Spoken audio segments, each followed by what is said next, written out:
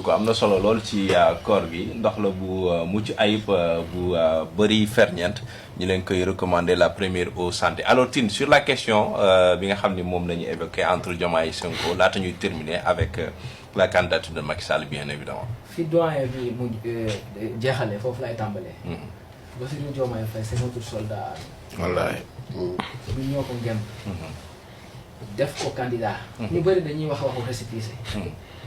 dañuy xaw a travestir l'histoire parce que affaire bi commencé wul ci récépissé avant récépissé c'était la désignation d'abord de sa candidature.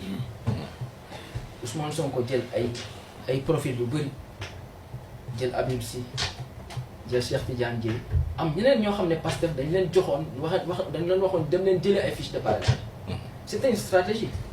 Ousmane Sonko lu nit ñi jàppee ne Diomaye nekk woon candidat parce que ñu bëri ci ñoom seen argument loolu la waa coalition Diomaye parmi argument yi ñuy brandir dañuy naan Ousmane Sonko choisir woon le président Bassirou Diomaye Faye c'était pas son candidat parce que bu ko choisir woon da koy jox parrainage donc député yi wala mu jox ko parrainage maire yi. Parrainage citoyen Pastef amul dara lu ko gën a sûr. Il est passé au second tour. Il est passé au second tour. Il est en train de contredire le président de la République parce que c'est le président qui devant tout le monde a dit que on peut pas falsifier l'histoire. Récemment la ko wax samedi passé non dëgg rek je vais faire mieux. non bu yow mënoo toog di non ci man li ngay wax ni dama cee dawul man damay contredire le président de la République parce que moom yow tu es qui pour contredire le président de la République? Est-ce que am naa droit non mais il l'assume. Kon tu veux dire que le président tu veux dire que c'est le président c'est yow yaa wax dëgg président waxul dëgg. Mbodj xaaral ma non dama la wax tu veux dire que tu veux dire que le président waxul dëgg yow yaa wax dëgg. Mbodj mi laa bëgg a leeral. non le président moo taxaw xam nga lan moo indi ñu jox président Diomaye parrainage citoyen dama lay wax xam nga lu tax parce que président Diomaye xamuñu ko woon loolu stratégie Pastef la bu ko defee buñ ko lancé parrainage citoyen nit ñi mën koo xamaale loolu dañoo àggale communication bi ba ñu demee ba ci campagne électorale bi ñun sax ñoo génnee slogan boobu moom rek moo am sikkim ci candidat yi loolu moo indi ñu jox ko waaye ñun xam nañ ne nekk naan ay da ngeen a jox Habib Sy parrainage député ak nangam ak nangam xamu leen sax li ñu maa ngi jégalu ma bàyyi la nga continuer. Contradiction kii laa doon leeral. mooy contradiction man nous ne sommes pas des militants complexés. Président Ousmane Sonko il est man damay nekk en contradiction ak moom c'est mon leader politique. Le président de la République Bassirou Diomaye Faye je ne suis pas obligé d'être d'accord avec lui sur tous les plans surtout quand il choisit d'être un politique alors que moom ci boppam moo ne woon dafa bëgg a nekk au-dessus de la mêle ba mu démissionné ci suñu parti ci secrétariat général bi nga xam moom moo ko doon gérer alors qu'il n'en était pas obligé parce que suñu texte parti waxul ne le secrétaire général moom moo war a démissionné bu fekkee dafa rek président de la République dafa ne woon le président de parti donc bu muy démissionné kenn saxalu ko lem moom moo choisir def démission parce qu'il veut être au-dessus de la mêlée. Contre toute attente ñu gis ne il est intéressé par une restructuration d'une coalition et pire encore mu bëgg ko jox koo xamante ne Pastef n'est pas d'accord là-dessus. Or une coalition de partis politiques suñu constitution dafay wax une coalition de partis politiques wala de mouvements et de partis politiques. Une coalition se constitue toujours autour d'un parti majoritaire te parti majoritaire bi nga xam ne moom moo porté la coalition Diomaye président c'est le parti PASTEF te loolu ngeen bëggul nangu ñu bëri di wax naan c'est le président Diomaye qui l'a organisé depuis la prison. Je ne suis pas d'accord même si c'est lui qui l'a dit je ne suis pas d'accord avec lui. Donc parce que nous avons été là. Charles yow li nga wax moom c'est une évidence. il n'est pas d'accord. yow da nga bëgg wax ndax d'accord naa ak Diomaye romb naa foofu. Il faut qu'on accepte ça qu'il ne soit pas man je suis pas d'accord avec le président Bassirou Diomaye Faye. wax loolu te loolu bu fekkoon dafa jàkkaarloog man nii c'est vrai que j'allais lui dire danaa ko wax ne ko dañ la choisir comme candidat d'abord dem di la utali ay parrainage et moi je fais partie de ceux qui dañuy def parrainage yi j'étais au cœur des parrainages ñun ñoo ko utal parrainage ñu ut même ñi demoon defi démarche yi pour mu am récépissé c'est Pastef les patriotes ñi demoon di démarcher ay ñoom Mimi Touré ñi ngay wax nii peut-être il l'a rencontré au palais de la République mais délégation la Pastef dem seeti Mimi Touré bu ñuy demee ci campagne bi qui était au devant de la scène. D'abord balaa ñuy dem campagne bi ñu génnee kaso le président Ousmane Sonko il n'a pas mis en avant sa personne man maa ngi woon ci place BRT bi laa gaare woon sama oto parce que damaa teel a dem bi ma déggee ne Ousmane Sonko ak Bassirou Diomaye dañuy génn kaso damaa teel a dem bi ma demee dugg je me suis piégé ci place bi BRT bi war a jaar Ce qui fait que man mënatuma woon génne sama oto. Presque j'étais là-bas jusqu'à 2h du matin ñu bëri bëggoon gis Ousmane Sonko jour boobu on l'a pas vu parce qu'il voulait mettre la personne de Bassirou Diomaye Faye en avant ci campagne bi lu nit bañ Ousmane Sonko wala lu mu ko comprendre mu nangu benn affaire. mooy ak yéene la campagne le parcours le plus difficile de la campagne et les risques les plus compliqués moom moo ko jël même sa sécurité propre mu jël li ci ëpp solo. mu affecté ko le président Bassirou Diomaye Faye looloo waral sax bi ñu demee ba ay yenn localités comme ay Kaffrine ñu am fa ay problèmes yoo xamante ne on a eu des blessés parce que suñu effectif de sécurité dafa commencé woon wàññeeku te tout ça il l'a fait parce qu'il sait que Bassirou Diomaye Faye c'est son élément. te hier dafa am loo xamante ne war na permettre yéen ñëpp ñi di wax ne Bassirou Diomaye Faye n'était pas son candidat ngeen bàyyi loolu. benn nit.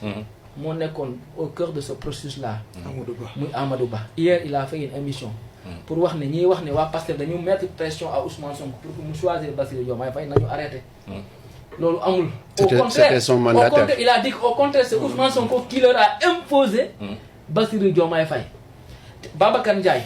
bi nekkoon aussi au niveau de la JPS. mu ne moom Bassirou Diomaye Faye ñoo bokkoon cellule. ils étaient en prison ensemble mu ne Bassirou Diomaye Faye mu ne loolu petit moom ne ko Sonko man la tànn moom moo ko informé loolu. bi ñuy def campagne ci communication bi moo tax en fait lu sotti rek day am borom.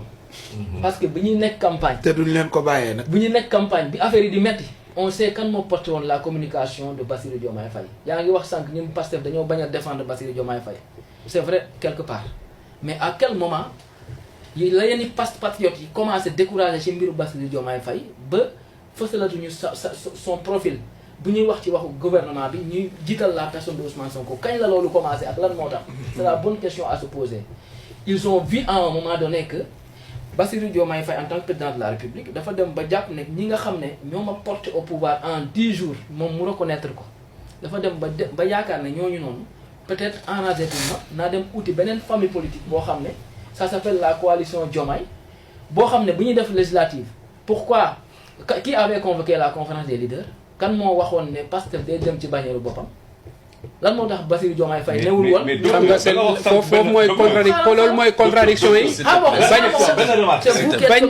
c'est la contradiction loolu mooy contradiction bi. Est-ce que c'est logique? C'est pas logique. non déglu nag yow pare nga yow nga woo pare. non day yomb si yow parce que structuré nga. Est-ce que c'est logique au bout de quelque temps que Diomaye le président Diomaye taxaw bëgg se séparer de sa famille originelle pour dem si lu mu xamul pour que ñooñu porté ko. c'est pas logique et ma wax la benn confidence tey nga xam ko moi je veux pas que le président Diomaye Faye se sépare de Pastef. c'est-à-dire ñi bëgguñu confidence ñi ñoo leen di gën a bëgg Diomaye fu.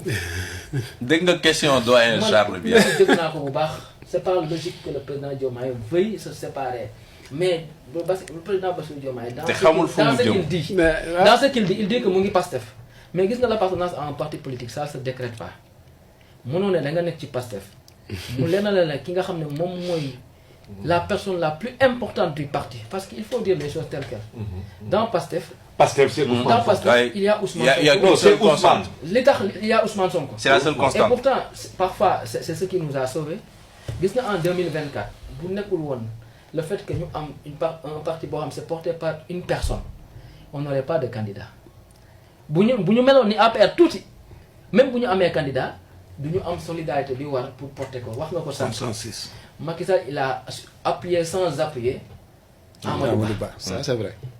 ku contre Ousmane Sonko nga nangu ne il n'a pas fait par de mi-mesure. bu mu choisir le président Bassirou Diomaye il était debout toute la nuit man dama doon seetaan Ousmane Sonko ba 5 heures du matin vous savez pourquoi moi je craignais pour sa santé c'est-à-dire que man jusqu'au moment où Bassirou Diomaye Faye bi mu defee prestation de serment ci laa doog a gëm ne on a réussi parce que beaucoup peut-être ñu bëri ni ñuy xalaatee man je craignais man dama jàppoon ci période campagne bi on pouvait attenter à la sécurité de Ousmane Sonko moo tax daaw ma nelaw dama doon seetaan c'est live ba bët set mais li ma njëkkoon jaaxal mooy je me disais kii est-ce que nit la bu fekkoon dafa xaw a soxor tuuti sax dina am benn moment boo xam ne dina na comme nekkuma candidat naa xaw a def. mais j'avais dit une fois Sonko affaire bi yow la wala projet bi la il faut faire un choix ba teg plan A plan B plan C. Bon, il avait mis beaucoup de plans mais parce que l'important woon en fin de compte c'était que le projet. Le projet bu passé Ils ne s'attendaient peut-être pas à ça. Il faut que le président Bassirou Diomaye Faye mu comprendre benn affaire te man xam naa ne comprendre na ko xaw ma ce qu'il s'est passé peut-être seytaane waxul dëgg waaye yàq na xel quoi ñu bëri ñu ko wër man gëwuma ne c'est des gens qui l'aiment gëwuma ne sax c'est des gens qui peuvent l'aider politiquement parce que quel est le poids politique de ces gens-là? On parle de personnes qui n'ont pas pu passer au parrainage. Quand vous étiez au niveau de votre assemblée générale là, dans votre assemblée générale, qui est en mesure dans votre assemblée générale, qui est en mesure de passer les parrainages dans votre assemblée générale, qui peut passer les étapes du parrainage? man de da ngeen ma ne man noppi déglu leen bàyyi ba nga pare rek. amul kenn ko yow da nga xam ñu nekk dans la yow est-ce que yow xaaral ma jeexal rek. seen 300 maires. kan moo ci nekk benn maire de la. s'il te plaît may ko mu terminer. Oui. Une réélection. Oui. Ak quelqu'un qui m'a déjà élu. Le choix est vite fait. Il faut être intelligent. Moi, j'invite notre frère, notre soldat Bassirou Diomaye Diakhar Faye, le président de la République de tous les Sénégalais. Il a tout le mérite dans le parti. Nous nekkuñu des nihilistes. Lu bëri lu taxaw ci parti bi il l'a fait. moom kat bi ñuy wax ni moo ko taxawal. moo tax lu bëri moo ko taxawal. xam nga lan moo taxawal mu taxawal loolu. le président Bassirou Diomaye Faye dafa bokkoon ci ñi nga xam ne dans Pastef. Vous parlez de Moncap comme s'il n'y a jamais eu de cellule de cadre dans les autres partis. C'est une cellule de cadre. Alors merci à vous. Non mais sérieusement, ils parlent comme si ils ont créé des choses extraordinaires. Quand il s'agit de dénaturer les faits, ils sont tout le temps en pole position. Alors s'il vous plaît, alors s'il vous plaît, doyen Charles, au vu de la situation, est-ce qu'il nous est permis aujourd'hui de parler de l'impossible duo entre Diomaye et Sonko? Man xam nga ba may commencer di la ne sànq que lu ma gis